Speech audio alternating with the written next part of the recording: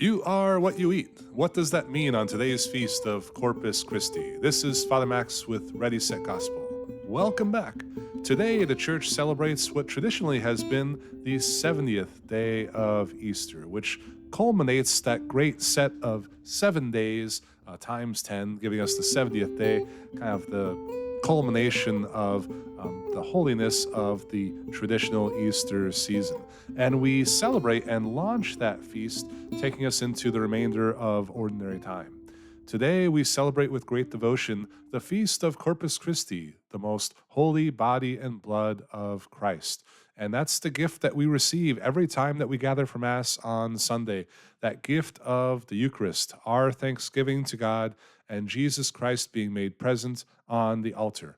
And I think it is very important that we reflect so much on the concept of transubstantiation and how the bread and wine are transformed through a miracle into the body and blood of Christ. It's very true, it's very good, it's a blessing, and it's amazing when you really think about it. And it's a wonderful feast for us to reflect on just the grace that is.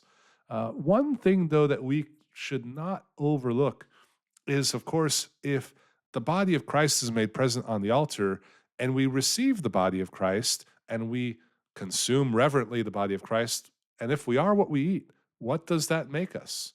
It makes us the body of Christ.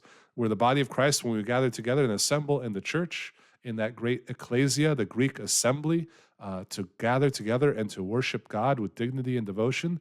And when we receive Jesus, when we receive the body of Christ, we become body of Christ with and for others. And you might want to reflect at your church this Sunday. Keep an eye out. If your church uses a book of Gospels that's placed on the altar during the liturgy of the Word, that is Jesus being present on the altar in that same spot. Then, of course, Jesus is made present on the altar in the form of his body and blood on the altar as well, just where the book of Gospels would have been in your church. But then notice how after communion, there won't be anything on your altar.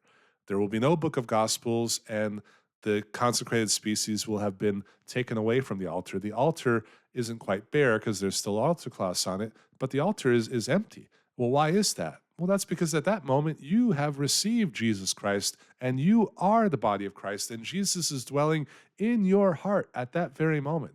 And so this weekend, as we gather together on Corpus Christi, let us celebrate with great devotion, yes, the most holy body and blood of Christ and the miracle of the transubstantiation of Jesus becoming present on the altar. But let's not forget the miracle of the grace of each of us receiving Jesus anew in our hearts and in turn becoming the body of Christ for ourselves and for others. This is Father Max from our Mother Good Counsel Parish in Los Angeles. That was Ready Set Gospel. God bless you.